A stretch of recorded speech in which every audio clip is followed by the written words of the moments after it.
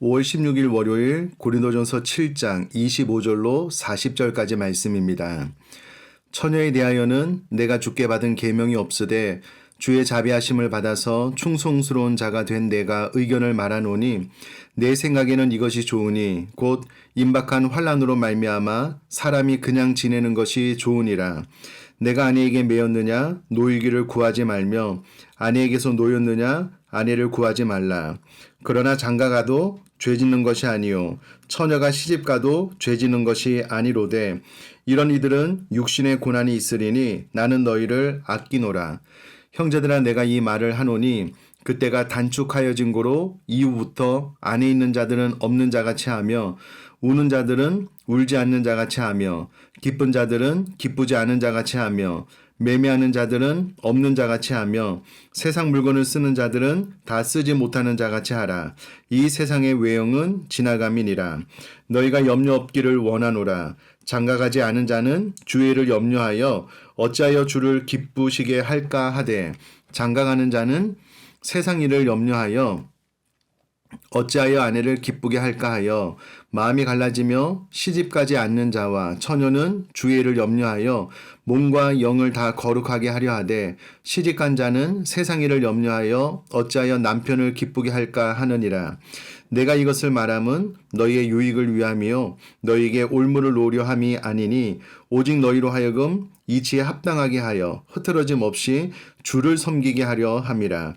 그러므로 만일 누가 자기의 약혼녀에 대한 행동이 합당하지 못한 줄로 생각할 때에 그 약혼녀의 혼기도 지나고 그같이 할 필요가 있거든 원하는 대로 하라. 그것은 죄짓는 것이 아니니 그들로 결혼하게 하라.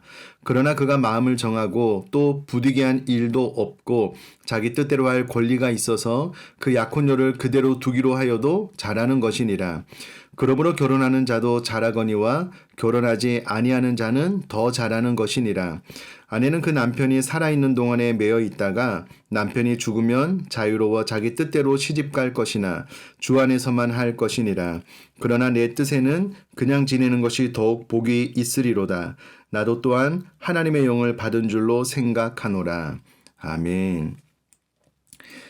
오늘 본문의 말씀은 오늘날 어떻게 해석할까, 그 해석이 맞을까 고민이 많이 되는 본문입니다. 그러므로 이 본문을 이해하기 위해서는 중요한 관점을 먼저 이해하는 것이 중요한데요. 오늘 본문을 통해서 사도 바울이 말하려고 하는 중요한 관점은 독신, 결혼, 재혼, 이 모든 것들을 통틀어서 가장 중요한 것은 이 모든 것들로 인하여 마음의 분산됨이 없어야 된다. 흐트러짐 없이 주를 섬기는 마음의 태도가 중요하다라는 것이 핵심 교훈입니다. 먼저 크게 4개의 교훈으로 나눠보면 25절로 28절까지는 미혼자의 결혼 여부 문제와 관련한 바울의 개인적인 권면을 알려주고 있습니다. 그런데 여기서 사도 바울은 처녀의 결혼 문제와 관련하여 주님의 직접적인 명령은 아니지만 바울 자신의 신중한 의견을 피력하고자 함을 25절에 밝히고 있습니다. 이게 왜 그러냐면 예수님께서 기혼자의 이혼 문제나 결혼 전반에 대한 교훈과 관련해서는 이미 교훈을 해 주셨기 때문에 사도 바울이 예수님의 말씀을 그대로 전하거나 해설하여 전할 수 있지만 여기서 다루는 미혼자들의 결혼 문제에 있어서는 예수님께 특별히 받은 말씀이 없기 때문에 사도 바울이 그가 주의 자비하심을 받아서 그리고 충성스러운 자가 된 자로서 이 문제에 대해서 언급하고 있다라고 밝힙니다. 그러므로 이 사도 바울의 교훈을 우리가 권위를 가지고 받아도 되는데요. 여기서 또 하나 중요한 관점은 26절에 보니까 곧 임박한 환난을 고려하여 그냥 독신으로 지내는 것이 좋다라고 권면을 하고 있는데요. 공동 번역에서는 지금 우리가 겪고 있는 재난을 생각한다면 이라고 번역을 하고 있습니다.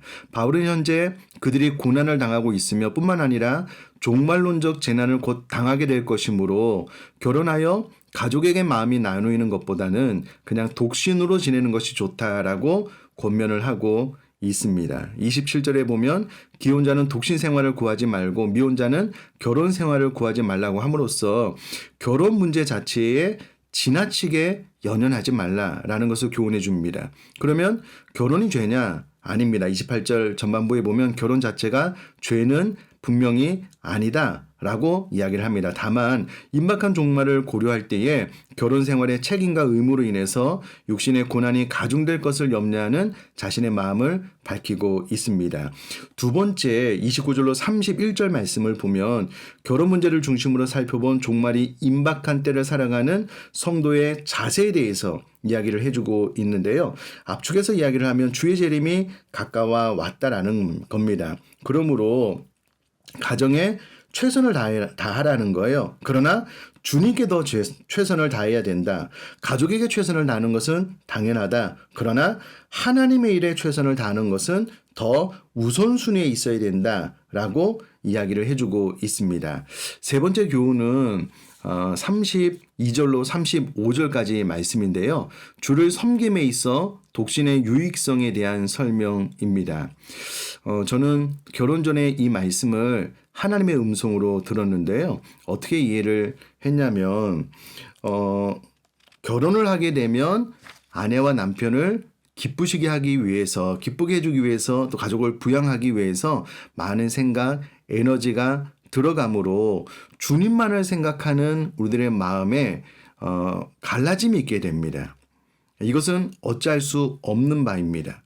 그러나 결혼을 해도 중요한 것은 마음에 흐트러짐 없이 주를 섬기는 것이 중요하다라는 교훈입니다. 그래서 저는 결혼 전에 이 말씀을 받고 결혼 생활을 행복하게 해야 되겠지만 그러나 그보다 더 중요한 것은 내가 결혼 이후에라도 내 마음이 흐트러짐 없이 주님을 더 기쁘시게 하는 삶, 결혼 생활을 통하여 하나님의 영광을 더 드러내는 삶을 사는 것이 더 중요하다라는 것을 마음속에 새기게 되었습니다.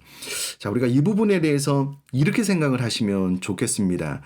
태릉 선수촌을 다 아실 텐데요. 지금은 진천으로 옮겨져서 진천 선수촌에서 선수들이 훈련을 하는데요. 특별히 올림픽이나 큰 국제 경기를 앞두고 합숙하면서 훈련을 합니다. 왜냐하면 그들이 대한민국 나라의 이름을 걸고 시합에 나가기 때문에 가정을 떠나서 훈련에 집중하는 것을 볼 수가 있습니다. 자, 그러면 이것이 이상하다라고 생각하는 사람은 하나도 없습니다. 왜냐하면 의뢰 그들에게 다 가정이 있지만 올림픽이나 큰 국제 경기를 앞두고서는 나라를 대표해서 나가는 선수들이기 때문에 합숙해서 훈련하는 것에 대해서 아무런 거부 반응이 없습니다. 그렇게 해야지만 더 마음의 분산됨이 없이 좋은 성적을 거둘 수 있기 때문에 그렇습니다. 그러면 진천 선수촌에서 훈련하는 선수들이 이 나라가 나를 속박한다라고 생각하느냐? 그렇게 생각하지 않습니다. 오히려 더 집중하여 훈련하여 돕는다라고 생각을 하는데 똑같은 원리입니다.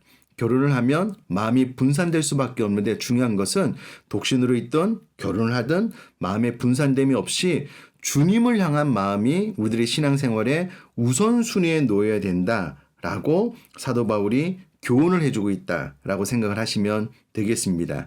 이어서 36절로 38절은 홍기가 찬 딸을 둔 부모에 대한 권면이고요. 우리 개역 개정 성경에는 약혼을 앞두고 있는 이들에 대한 교훈인데요. 결혼을 시켜도 되고 결혼을 시키지 않아도 된다. 계속해서 관점은 중요한 것은 어떤 형편에 있든지 하나님의 영광, 그 마음이 흐트러짐 없이 주를 섬기는 관점을 놓치면 안 된다라고 이야기를 해주고 있고요. 마지막으로 39절로 40절 말씀은 남편과 사별한 과부의 재혼에 대한 교훈인데요.